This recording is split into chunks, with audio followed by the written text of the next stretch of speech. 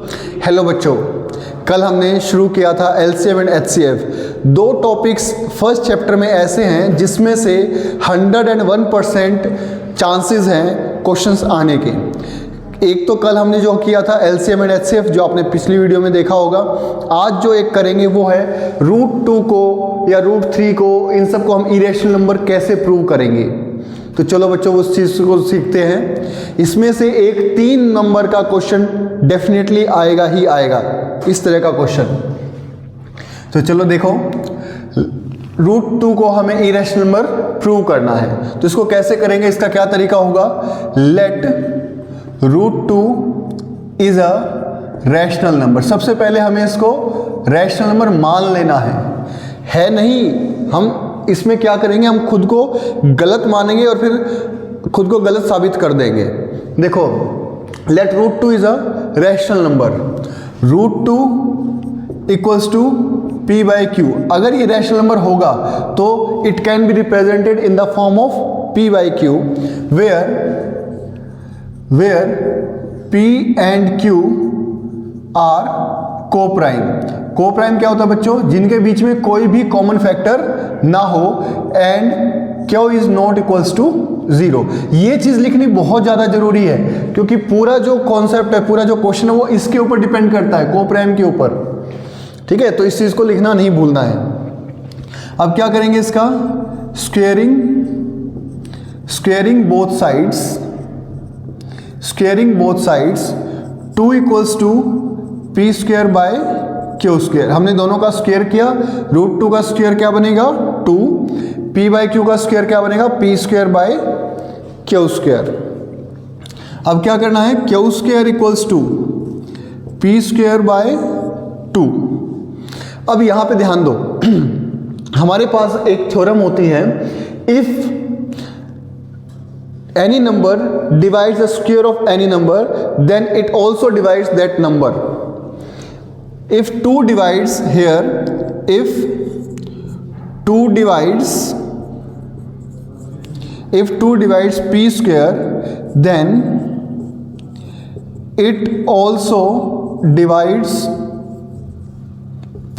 If 2 divides p², then it also divides p. ये theorem है, ये आपको याद रखनी है। तो अगर ये p को डिवाइड करेगा तो इसका कुछ ना कुछ आंसर आएगा। Let that be c। तो हमने उसको क्या मान लिया, c आएगा। तो p की वैल्यू क्या होगी आपके पास 2c। p की वैल्यू हमने क्या मान ली 2c। तो इसको आपने इक्वेशन 1 मान लेना, इसको आपने इक्वेशन 2 मान लेना है। तो अब यहां पे क्या करोगे, from equation 1 and 2 we get, क्या मिलेगा हमें, इस वैल्यू को उठा के, p की वैल्यू 2c है, इसको उठा के आपने इसमें पुट कर देना है। तो q² इक्वल्स टू 2c का होल स्क्वायर बाय में 2। तो p की जगह आपने p को आपने रिप्लेस कर दिया किससे, 2c से। तो ये क्या बनेगा, q² इक्वल्स टू 4c²/2। 2 से इसको कैंसिल आउट करो 4 को, तो क्या बनेगा 2। तो q² बाय में 2 इक्वल्स टू c²। अब यहां पे फिर से वही वाला थ्योरम लगेगा कि अगर 2 किसी के स्क्वायर को डिवाइड कर रहा है तो वो उस नंबर को भी डिवाइड करेगा। यहां पे q क्या 2 क्या कर रहा है, q² को डिवाइड कर रहा है, तो इसका मतलब ये q को भी डिवाइड करेगा। If 2 divides q², then it also divides q। अगर ये q² को डिवाइड कर रहा है तो ये q को भी डिवाइड करेगा। अब यहां पे आप देखो, 2 ने क्या किया, p को भी डिवाइड किया, और 2 ने क्या किया, q को भी डिवाइड किया। तो इसका मतलब ये हुआ बच्चों कि 2 is the common factor of p and q। Therefore 2 is common factor of p and q। 2 is common factor of p and q। अगर 2 इसका कॉमन फैक्टर है, लेकिन हमने तो क्या माना था, कि P और Q क्या है, कोप्राइम है। कोप्राइम का मतलब क्या होता है, जिनके बीच में कोई भी कॉमन फैक्टर ना हो। तो अब यहां पे क्या लिखोगे, this contradicts with the statement, this contradicts with the statement that P and Q are coprime. अभी हमने माना क्या था कि ये कोप्राइम है, लेकिन यहाँ पे तो टू कॉमन फैक्टर आ गया। कॉन्ट्राडिक्ट का मतलब क्या हो गया, ये जो हमने बात जो हमने मानी थी ये चीज़ उसके साथ मेल नहीं खाती। इसका मतलब ये जो हमने माना था वो गलत हो गया, क्योंकि टू तो इसके बीच में कॉमन फैक्टर आ गया। देयरफॉर आवर सपोजिशन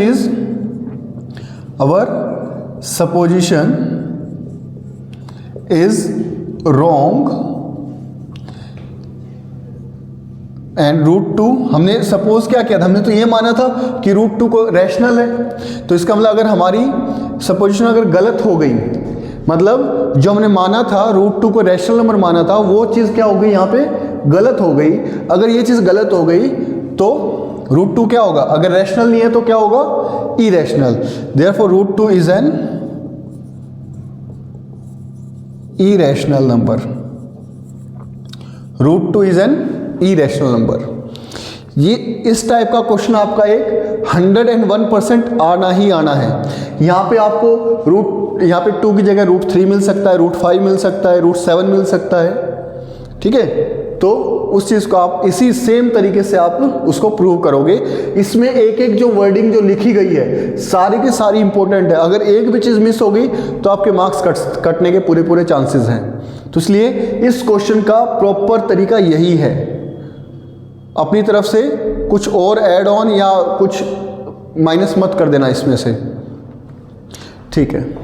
फिर इसी में एक जो नेक्स्ट टाइप बनता है वो ये होगा,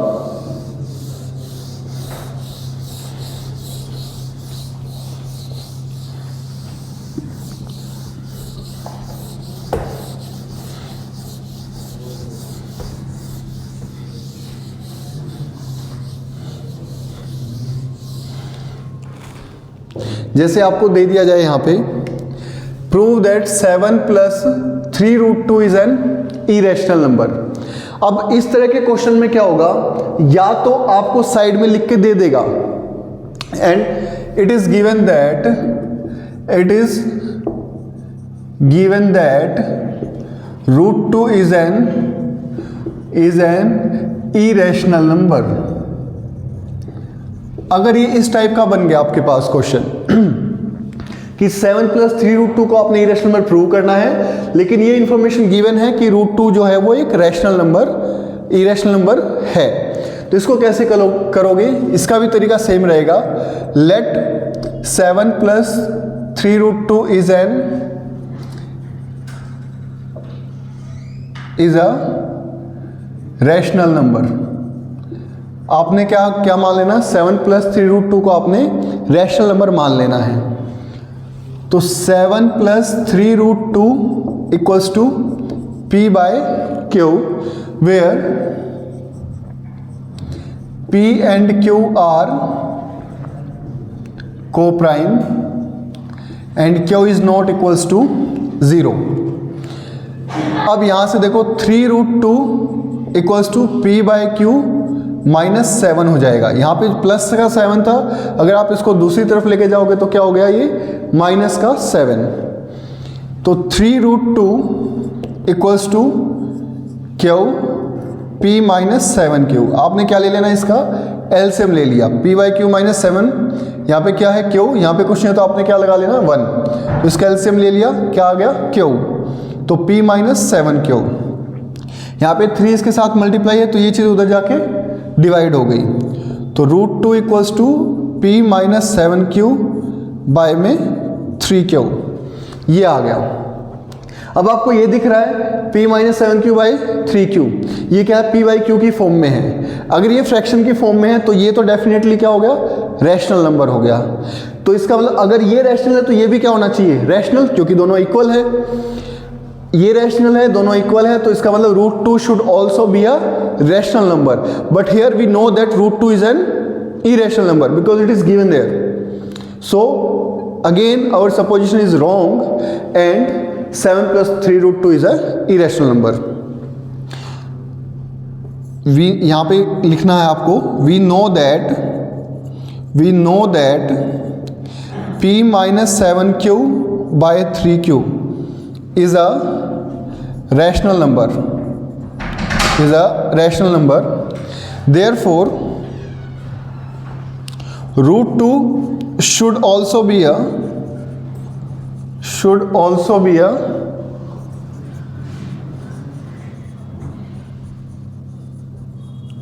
रैशनल नंबर.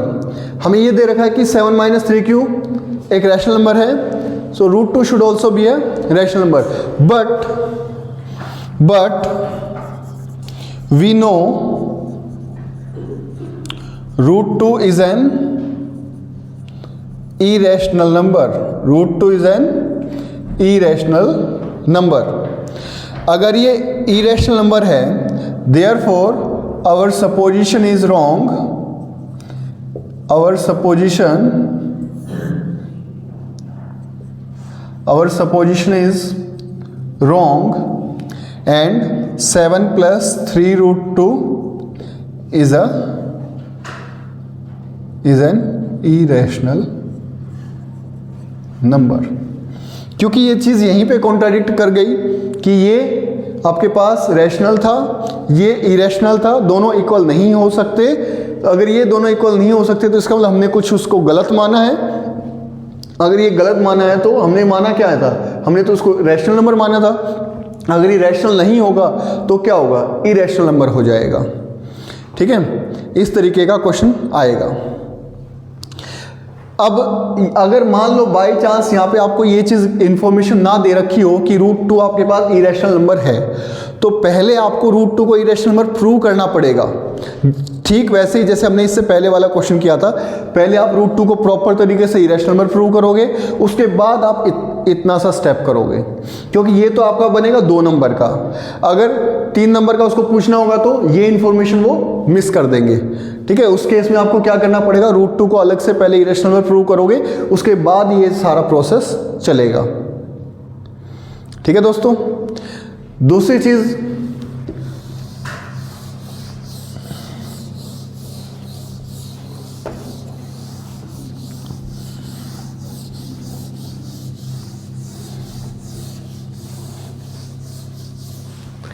अब अगर थोड़ा सा और टिपिकल बनाना चाहें तो रूट 2 प्लस रूट 3 को इरेशनल नंबर प्रूव करने के लिए कहा जाएगा आपको.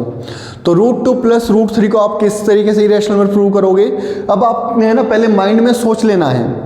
अगर आप इसका होल स्क्वायर करोगे तो a का स्क्वायर प्लस b का स्क्वायर प्लस 2ab, तो रूट 2 इंटू रूट 3 क्या हो गया, रूट 6. तो पहले आपने क्या करना है, रूट 6 को इरेशनल नंबर प्रूव कर लेना है.